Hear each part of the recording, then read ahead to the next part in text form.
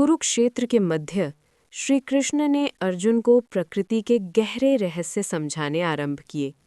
वे बोले, अर्जुन, अब मैं तुम्हें वो सर्वोच्च ज्ञान बताऊंगा जिससे ऋषियों ने मुक्ति प्राप्त की। उन्होंने कहा, ये संपूर्ण प्रकृति 3 गुणों से बनी है, सत्व, रज और तम। अर्जुन ध्यान से सुन रहे थे। श्री कृष्ण ने समझाया, सत्वगुण निर्मल और प्रकाश देने वाला है। ये ज्ञान और शांति लाता है, पर सुख के बंधन में बांध देता है।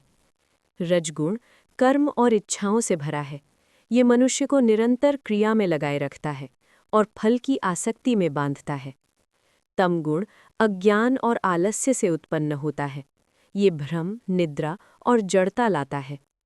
अर्जुन ने पूछा, हे कृष्ण, इन गुणों का प्रभाव कैसे पहचाना जाए?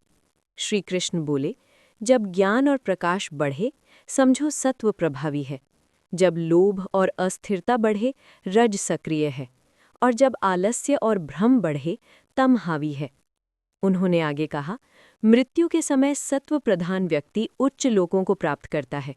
रज प्रधान कर्मशील जन्म लेता है और तम प्रधान अज्ञान में गिरता है। अर्जुन गंभीर हो गए।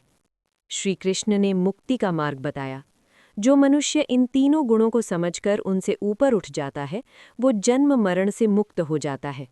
ऐसा योगी सुख दुख मान अपमान में समान रहता है और स्वयं को गुणों से अलग जानता है।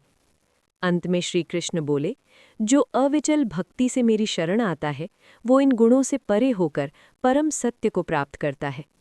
अर्जुन का मन स्थिर और प्रकाशित हो गया। यही समाप्त होता है 14वां अध्याय, गुणत्रय विभाग योग। ये अध्याय सिखाता है, प्रकृति के गुणों को समझकर उनसे ऊपर उठना ही सच्ची स्वतंत्रता है।